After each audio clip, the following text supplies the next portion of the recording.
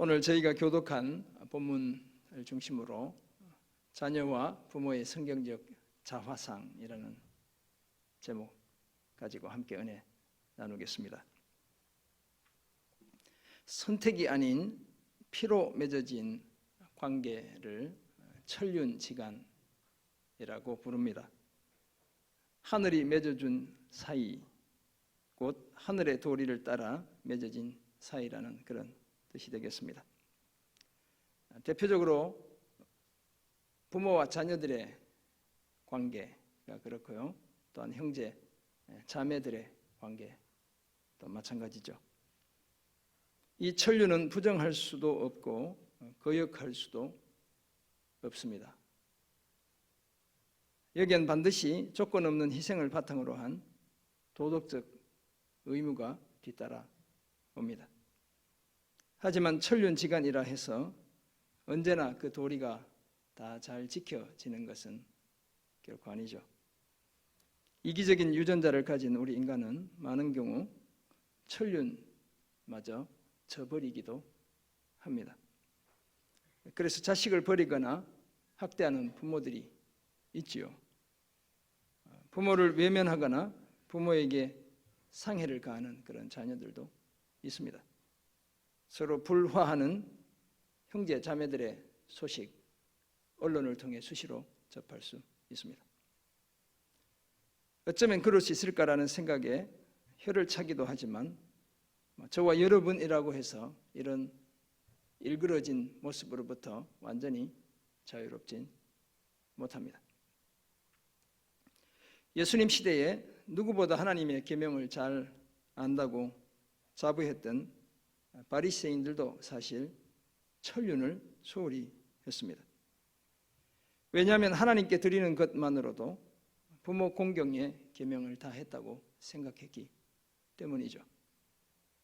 그렇게 하나님께 드린 것을 고르반이라고 신약 성경이 말하고 있잖아요. 이것은 이제 구약의 히브리어도 고르반입니다. 레위기에 보면 제물 또는 헌물을 고르반이라고 하죠.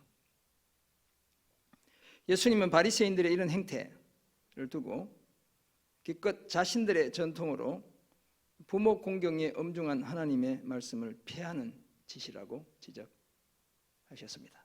하나님께 드렸으니까 부모님 공경하는 건 소홀히 해도 된다고 생각하는 것 잘못되었다고 말씀하고 있죠. 부모 공경은 모든 세대의 자녀들이 반드시 지켜야 하는 하나님의 명령입니다. 따라서 다른 그 어떤 것으로 대체할 수 있는 그런 것이 결코 아니죠. 거기에다 하나님은 부모들에게도 자녀들에 대해 마땅히 지켜야 할 계명을 주셨습니다. 우리 부모들은 먼저 하나님을 전심으로 사랑해야 합니다. 그리고 하나님이 명하시는 말씀을 부모 자신들의 가슴에 먼저 새겨야 하죠. 그런 다음 그것을 자녀들에게 부지런히 가르쳐 지키게 해야 합니다. 이 원리는 신약 시대에도 그대로 이어지고 있습니다. 오늘 보면 에베소서 6장 1절에서 4절도 천륜지간인 자녀와 부모를 향해 같은 맥락의 말씀을 전하고 있죠. 자녀와 부모의 성경적 자화상을 제시하고 있다, 이렇게 말할 수 있겠습니다. 성경적인 자녀와 부모의 도리, 곧 자녀와 부모에 대한 하나님의 기대가 이 속에 담겨 있습니다. 어떤 경우에도 천륜을 저버리지 않아야 함을 요청하고 있죠. 이런 사실을 전하는 오늘 본문을 통해 우리는 자녀의 성경적 자화상 2가지, 그리고 부모의 성경적 자화상 1가지를 생각해 보겠습니다. 그 2가지와 1가지는 바로 이런 것입니다. 먼저 자녀들은 부모님께 순종해야 합니다. 오늘 본문 1절이 그 사실을 말씀하고요. 둘째, 우리 자녀들은 부모님을 공경해야 합니다. 오늘 본문 2절이 그 사실을 가르쳐주고 있습니다. 그리고 끝으로 우리 부모들은 자녀들을 주의 교훈과 훈계로 양육해야 합니다. 오늘 본문 4절이 그 사실을 말씀합니다. 오늘 본문 에베소서 6장 1절에서 4절은 5장 22절에서 6장 9절까지 이어지는 가정생활 규칙의 2번째 내용에 해당합니다. 이 규칙들 속에 성경적 부부관계, 자녀와 부모관계, 그리고 종과 주인의 상전의 관계가 서술되고 있습니다. 그래서 다음 주에 그 내용을 살펴보게 될 겁니다. 그 중에서도 오늘 본문은 특별히 자녀와 부모의 관계가 어떠해야 하는지를 말씀합니다. 그 속에서 우리는 자녀와 부모의 성경적 자화상을 찾게 됩니다. 그런데 자녀와 부모의 관계의 대전제도 에베소 5장 21절입니다. 그리스도를 경외함으로 피차 복종하는 것, 바로 여기에서 출발합니다. 이 피차 복종의 원리는 아내와 남편, 자녀와 부모, 종과 상전의 관계의 근간이다, 이렇게 말할 수 있습니다. 자식과 부모 모두 저마다 하나님 앞에서 특별하고 독립적인 존재이지요. 그 상호성을 바탕으로 서로 배려하고 인정하고 존중할 때 관계가 돈독해지는 것입니다. 피차 복종하는 자세를 가져야 일방통행식 관계로 인한 불협화음을 미연에 방지하고 서로 진실하게 소통하는 건강한 관계를 이어갈 수 있습니다. 이런 이해를 바탕으로 자녀의 성경적 자화상, 그 첫 번째로 자녀들은 부모님께 순종해야 합니다. 오늘 보면 1절이 그 사실을 말씀하는데요. 같이 한번 읽어보겠습니다. 시작. 자녀들아, 주 안에서 너희 부모에게 순종하라. 이것이 옳으니라. 아멘. 성도들을 향해 자녀들아 라고 이렇게 부르고 있죠. 얘들아 뭐 이렇게 부른다고 보시면 됩니다. 타테크나 이렇게 부르고 있는데요. 이것은 단순히 우리 자녀를 넘어 모든 성도를 향한 하나님의 부름입니다. 더구나 육신의 부모들인 우리도 사실은 다 한때는 우리 엄마, 우리 아버지의 아들, 딸들이었죠. 그리고 우리 자녀들과 함께 다 같이 하나님의 아들과 딸들입니다. 이런 자녀들에게 주 안에서 부모님께 순종하는 것이 옳다고 말씀합니다. 여기서 순종한다는 말은 헬라어 두 가지 단어가 결합되어져서 표현되고 있는데요. 그 단어는 뭐냐 하면 하나는 후포라는 단어입니다. 이건 아래라는 뜻을 가지고 있고요. 그다음에 아쿠오라는 단어인데 듣다라는 뜻을 가지고 있습니다. 그래서 후파쿠오 이렇게 이제 되어 있는데 아래에서 듣는 것, 이것이 오늘 순종이 말하는 문자적인 의미가 되겠습니다. 몸을 낮추고 머리를 조아리며 부모님의 말씀을 경청하는 것을 가리키죠. 부모님의 말씀을 수긍하며 가슴 깊이 새기는 것, 이것이 1차적인 순종입니다. 나아가서는 그 말씀대로 내 삶을 살아내는 것, 이것이 진정한 순종이 되겠습니다. 이렇게 순종해야 하는 이유는 그것이 옳은 일이기 때문에 그렇습니다. 자녀들이 해야 할 올바르고 마땅한 일이기 때문이죠. 지혜자는 잠언 6장 20절 21절에서 이렇게 말합니다. 내 아들아, 내 아비의 명령을 지키며 내 어미의 법을 떠나지 말고 그것을 항상 내 마음에 새기며 내 목에 매라. 자녀들이라면 마땅히 아버지의 명령을 지키고 어머니의 법을 떠나지 말고 그것을 항상 마음에 새기고 목에 매야 합니다. 한편 잠언 23장 22절은 비슷한 맥락의 말씀을 이렇게 전하고 있죠. 너를 낳은 아비에게 청종하고 내 늙은 어미를 경히 여기지 말지니라. 자녀라면 마땅히 청종, 히브리어로 보면 듣다는 뜻을 갖고 있어요.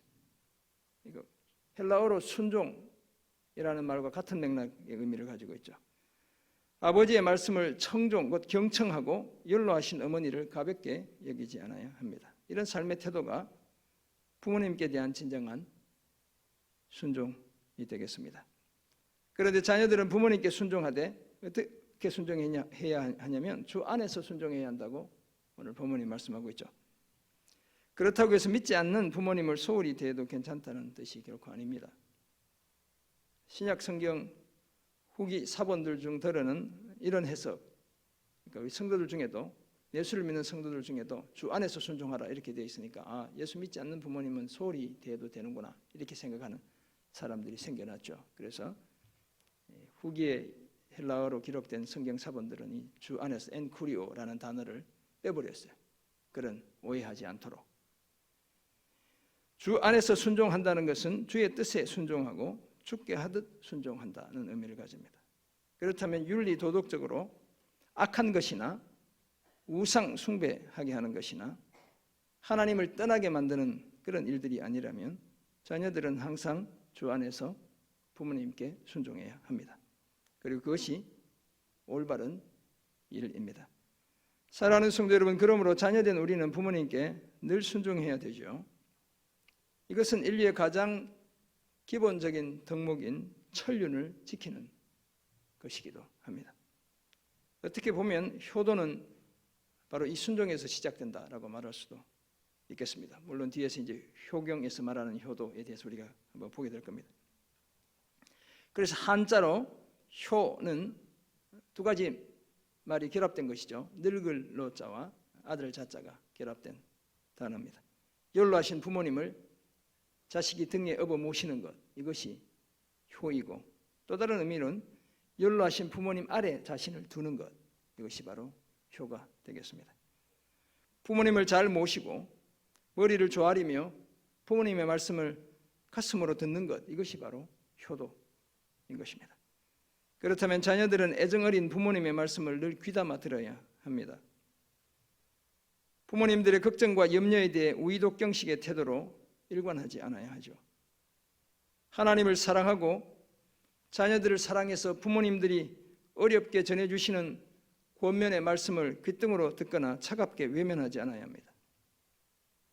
제대로 하나님을 믿는 부모들의 가장 큰 꿈은 내 자녀들이 나의 신앙을 뛰어넘는 탁월한 믿음의 세대가 되는 것에 있죠. 여러분은 어떤지 모르겠지만 저는 그래요. 우리 아들, 딸들이 제 아내와 저의 신앙을 뛰어넘는 탁월한 믿음의 사람들이 되는 것, 이것이 우리의 꿈이에요.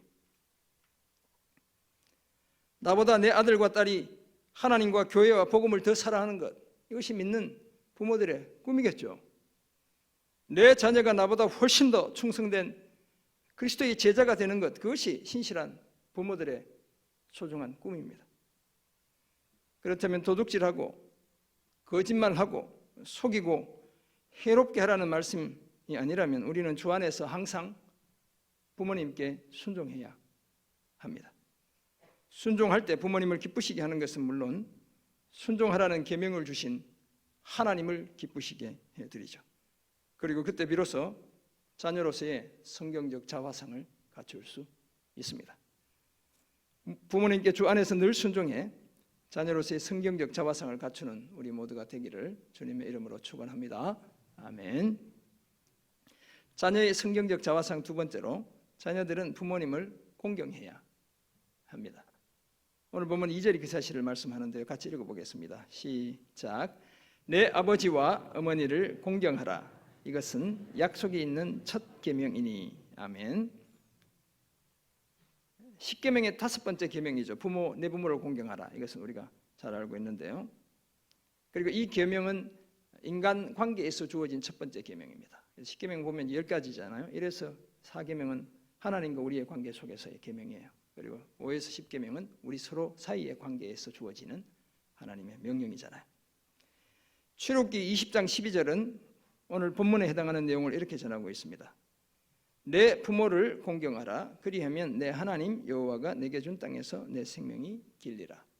그러니까 구약의 10계명을 두 곳에서 기록하고 있는데 출애굽기 20장, 지금 방금 읽은 본문에 있고요. 그 다음에 신명기 5장에도 동일한 내용이 조금 다르게 기록되어져 있어요. 그래서 5장 16절 보면 이렇게 되어 있습니다. 너는 내 하나님 여호와께서 명령한 대로 내 부모를 공경하라. 그리하면 내 하나님 여호와가 내게 준 땅에서 내 생명이 길고 복을 누리리라. 아멘.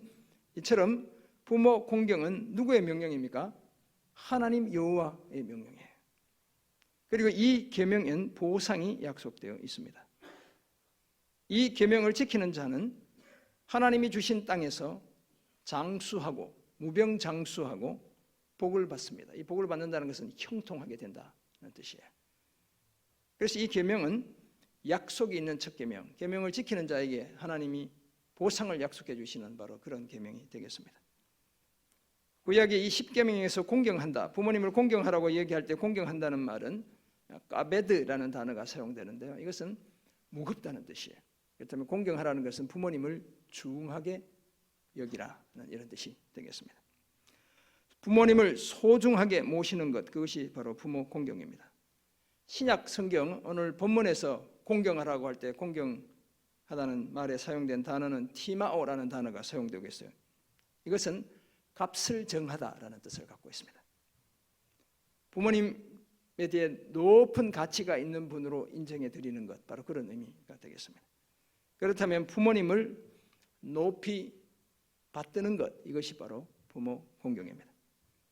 따라서 부모 공경은 자식된 도리를 다해 부모님을 소중하게 모셔 우리 부모님이 존귀한 자리에 이르게 해드리는 것, 이것이 바로 부모 공경입니다. 맨날 나 때문에 씨름하고 고생하고 눈물 흘리게 하는 것, 이건 부모 공경이 아닌 거예요. 존중이 여김 받아야 마땅한 우리 부모님께 거기에 걸맞은 대접을 해드리는 것, 이것이 바로 부모 공경입니다. 사실 우리 부모님들은 자녀들을 주의 말씀을 따라 양육할 막중한 권위를 하나님으로부터 부여받은 그런 분들이시죠. 따라서 하나님 다음으로 높임을 받고 존경을 받아야 할 대상이 바로 부모님입니다.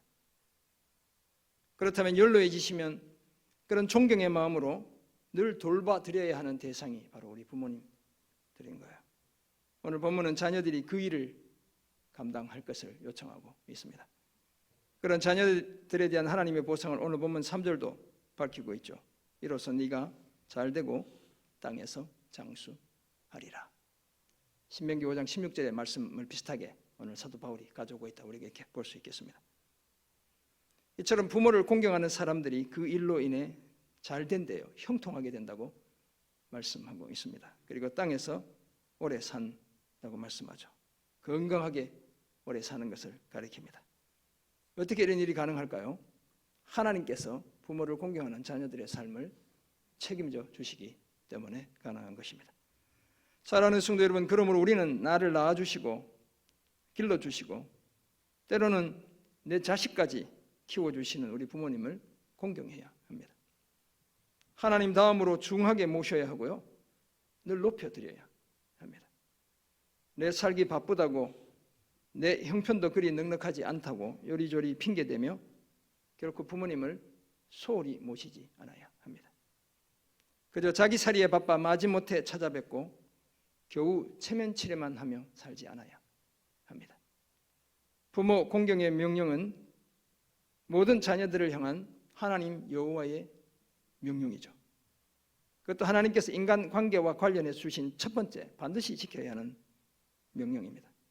그러므로 우리를 위해 온 생애를 바치신 우리 부모님을 제대로 공경해야 될 줄 믿습니다.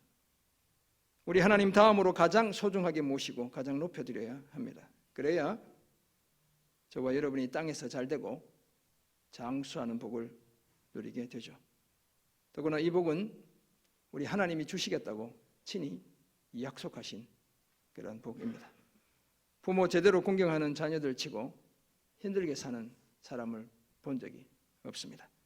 그러므로 이제는 하나님의 말씀을 따라 부모님을 공경하는, 부모님을 소중히 여기고 높이 받드는 그런 자녀들이 되어야 될 줄 믿습니다. 이런 삶을 힘써 우리 모두가 자녀로서의 성경적 자화상을 제대로 갖추게 되기를 주님의 이름으로 축원합니다. 아멘.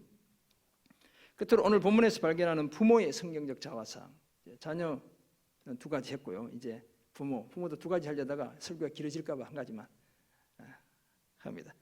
우리 부모들은 자녀들을 주의 교훈과 훈계로 양육해야 합니다.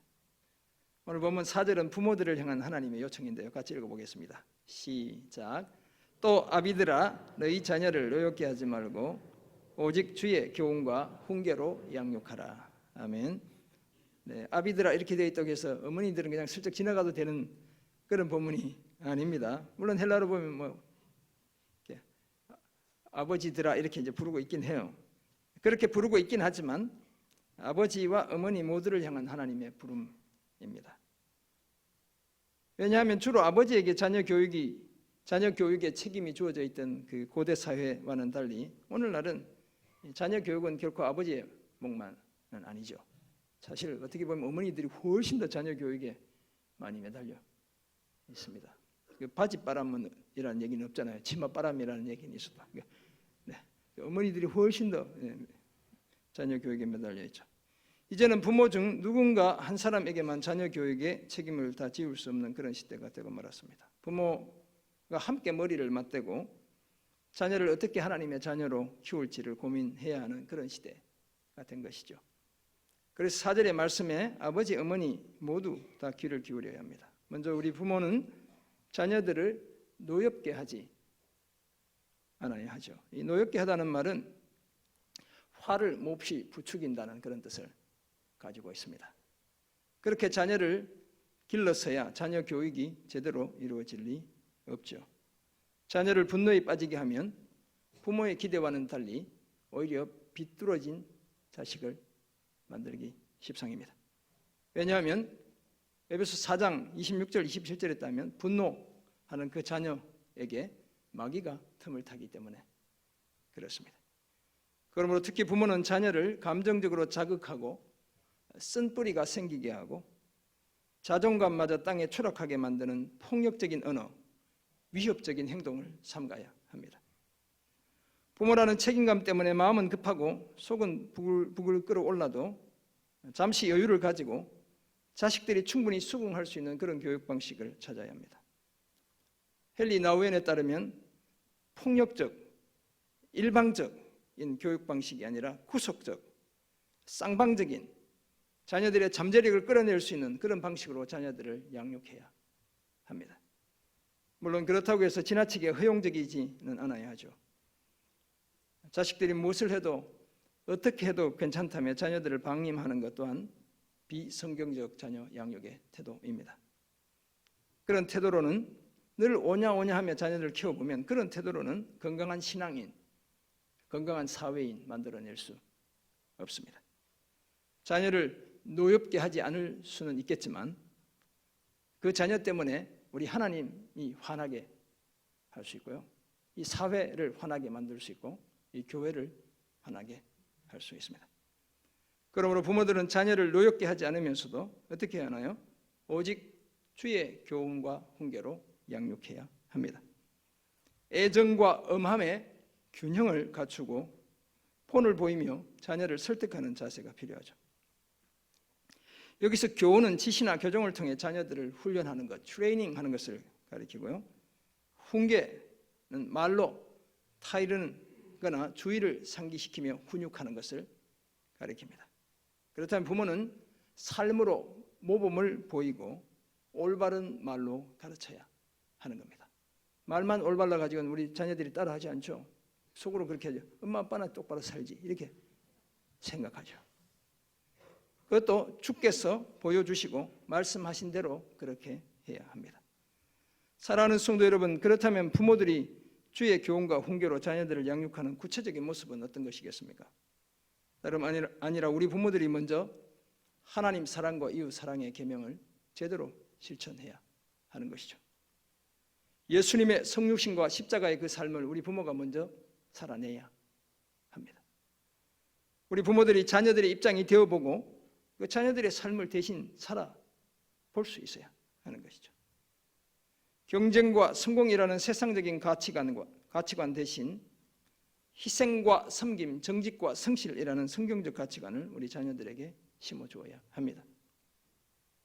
지난 금요일도 우리가 살펴보았지만 속도보다는 방향이, 결과보다는 과정이, 일보다는 사람이, 돈보다는 가치가 중요하다는 그 사실을 진심을 담아 우리 자녀들에게 가르쳐야 하죠. 성공의 방법이 아니라 성공해야 하는 이유를 우리 자녀들에게 가르쳐야 합니다. 그리고 무엇보다도 주의 말씀 곧 십자가의 복음을 가르쳐야 하죠. 이런 가르침을 받고 자란 자녀가 그리스도를 경외함으로 부모님께 순종하고 부모님을 공경하는 자녀로 성장하게 될 줄 믿습니다. 이런 사실을 아는 우리는 괜히 부모의 욕심 때문에 자녀를 화나게 만들지 않아야 합니다. 어떤 경우에도 감정에 치우친 폭력의 행사 반드시 그쳐야 합니다. 거친 말과 행동으로 자녀들을 위협하고 깊은 상처를 주고 그래서 마음 깊은 곳에서부터 부모를 원망하게 하지 않아야 합니다. 사춘기 자녀를 키우는 우리 부모님들 함부로 집 나가라고 얘기하지 마세요. 말 안 들을 거면 집 나가라고. 진짜 나가는 수가 있어요. 그럼 찾으러 다녀야 돼. 네. 늘 가슴으로 품어야 되는 거예요. 주의 교훈과 훈계로 양육해야 하죠. 주님이 우리를 양육하신 것처럼 오래 참고 용납하면서 그렇게 우리도 자녀들을 양육해야 합니다. 이런 삶을 힘써 성경적 부모로서의 자화상을 갖추는 그런 우리가 되기를 주님의 이름으로 축원합니다. 아멘. 그렇다면 자녀와 부모로서의 성경적 자화상을 갖추기 위해 자녀는 기억하기 쉬워요. 행동하기 어려운 것이지 순종하고 부모님께, 둘째 부모님을 공경하고, 우리 부모들은 주의 교훈과 훈계로 자녀들을 양육해야 한다는 사실을 우리가 같이 말씀을 따라 생각해 보았습니다. 그렇다면 이제 어떤 삶을 살아야 될까요? 먼저 자녀의 도리를 다해야 합니다. 우리 중에 많은 분들은 저처럼 더 이상 섬길 부모님이 계시지 않죠. 처가나 제 본가나 부모님들이 다 일찍 유명을 달리 하셨기 때문에 저희는 섬길 분들이 계시지 않아요. 이제는 좀 삶의 여유를 가지고 못다한 효도해드리고 싶어도 그럴 수가 없지요. 그러므로 아직 부모님이 살아계실 때, 그래도 건강하실 때 효도해야 되겠습니다. 아직 거동도 하시고 말씀도 또렷하게 하실 수 있을 때 한 번이라도 더 찾아뵈야 되겠습니다. 우리 치매 드신 우리 부모님들 점점 기억이 사라져가는 것 보시죠? 더 또렷할 때 따뜻한 말 더 나눠야 되는 거예요. 늘 같은 말씀 하시죠? 갈 때마다 지난번 했잖아요 엄마, 이렇게 하지 말고 몇 번이라도 명심하겠다고 대답해야 합니다. 거기다 이제는 부모님이 흡족해 하시도록 자식인 나에게 기대셔도 괜찮다는 말 부모님께 해드려야 합니다. 힘을 다해 끝까지 잘 보살펴 드리겠다고 그래도 약속해 드려야 합니다. 저희 아들이 금년에 미국에 저와 아내를 위해 집을 사겠대요. 그래가지고 지금 여름에 제가 그 집 사놓은 거 보러 가려고 그래요. 이러면 이제 설교에서 이렇게 얘기하니까 이제 안 사고 못 베기겠죠. 혹 안 살 수도 있겠지만 아들이 듣고 있을지도 모르니까 형편되면 그 전날 어느 날 봄도 아니에요. 1월 달이었던 것 같아요. 했는데 아빠, 내가 아빠와 엄마가 살 집과 차는 미국에서 준비할 테니까 걱정하지 마세요. 이러는 거예요. 그러더니 아니나 다를까 2월 말에 지금 피닉스에 집을 보러 한번 갔어요. 뭔가 움직이는 거예요. 그래서 감사하죠. 하나님이 그런 자녀를 더 복 주실 줄 믿습니다. 자녀의 도리를 다하는 이런 우리를 하나님께서 잘되고 땅에서 장수하게 하실 줄 믿습니다. 아멘. 둘째, 부모의 욕심 버려야 합니다. 우리 자녀들은 결코 부모의 보상 심리의 희생양이 아닙니다. 우리가 못다 이룬 꿈을 대신 이루어주는 그런 수단이나 도구가 아니에요. 제발 그런 착각에서 벗어나야 합니다. 어린 자녀를 키우는 분들 특히. 우리 자녀들도 우리 부모처럼 저마다 하나님 앞에서 특별하고 독립적인 그런 존재이죠. 그러므로 부모의 욕심 때문에 우리 자녀들을 하나님 없는 세상에 마구 밀어넣지 않아야 합니다. 청소년 시대에 신앙으로 잘 가르쳐야 되는데 계속 학원으로 돌려서 지금 교회 나와요, 안 나와요? 우리 아들, 딸들. 안 나오는 애들이 훨씬 더 많아요. 주일학교 잘 다니다가 고등학교 올라가가지고 그냥 학원으로 계속 뺑뺑이 돌리니까 주님도 잊어버리고 교회도 잊어버렸어요. 세상에 깊이 살아가는 게 아니라 안 돌아오면 천국에서는 우리 못 만나요. 부모가 짜둔 왜곡된 틀 속에 자녀를 가두려는 시도 이제 그쳐야 합니다. 오히려 자녀들을 향한 하나님의 계획을 믿음의 눈을 열고 바라봐야 하죠. 그렇다면 자녀들이 성숙하기까지 너무 조급해하지 않아야 합니다. 끊임없이 자녀들을 위해 기도하면서 자녀들을 하나님의 사람으로 빚으시는 우리 하나님을 신뢰해야 합니다. 내가 원하는 대로 내 자녀를 만들 수 있다고 생각하면 그것은 크게 낭패를 당하고 좌절에 빠질 착각에 불과합니다. 부모들이 욕심을 버릴 때 하나님이 역사하시기 시작하죠. 우리 자녀를 하나님의 사람으로 세우시는 분은 하나님이라는 사실을 우리는 고백해야 합니다. 이 확신 가지고 부모로서의 이기적인 욕심 버리는 그런 부모가 되기를 주님의 이름으로 부탁드립니다. 아멘. 우리가 잘 아는 고사성어 중에 입신양명이라는 말이 있습니다. 말 그대로죠. 설립, 몸신이잖아요.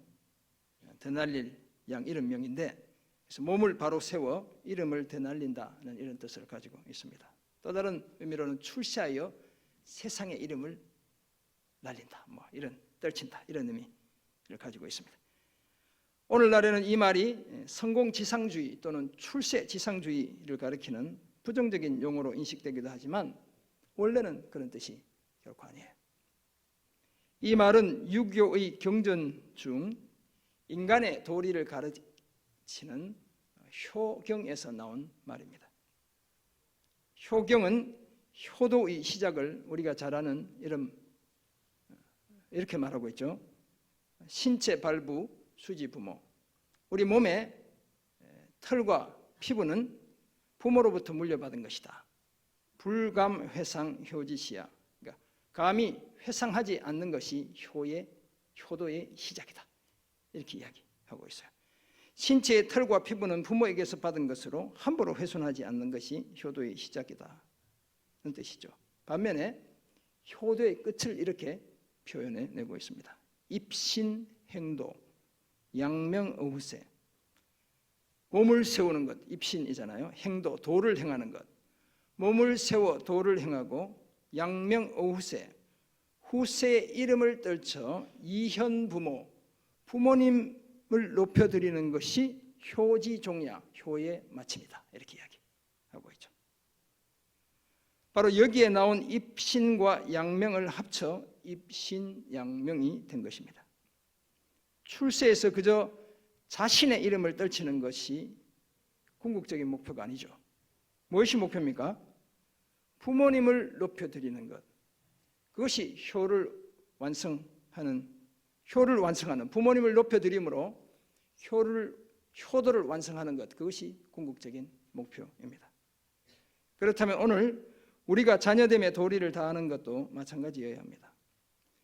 영적으로 입신양명하여 우리의 육체의 부모님과 하늘 아버지의 이름을 높여드리는 그런 우리가 되어야 할 줄 믿습니다. 사랑하는 성도 여러분, 자녀와 부모의 성경적 자화성을 갖추는 것은 자녀와 부모의 어느 일방의 노력으로만 되는 것이 결코 아닙니다. 자녀들의 무조건적인 순종이나 부모의 일방적인 사랑으로 완성되는 것 또한 결코 아니죠. 무엇보다도 그리스도를 경외함으로 피차 복종하는 상호성의 원리가 그 바탕에 흐르고 있어야 합니다. 거기에다 자녀들은 주 안에서 부모님께 순종하고 부모님을 공경해야 합니다. 그리고 부모들은 자녀들을 노엽게 하지 않고 오직 주의 교훈과 훈계로 양육해야 합니다.